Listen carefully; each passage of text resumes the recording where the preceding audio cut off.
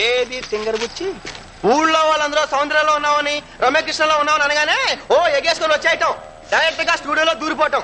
అక్కడ ప్రొడ్యూసర్లు డైరెక్టర్లు బాగా తెరుచుకొని నిన్ను హీరోయిన్ చేస్తాం నీకోసం వెయిటింగ్.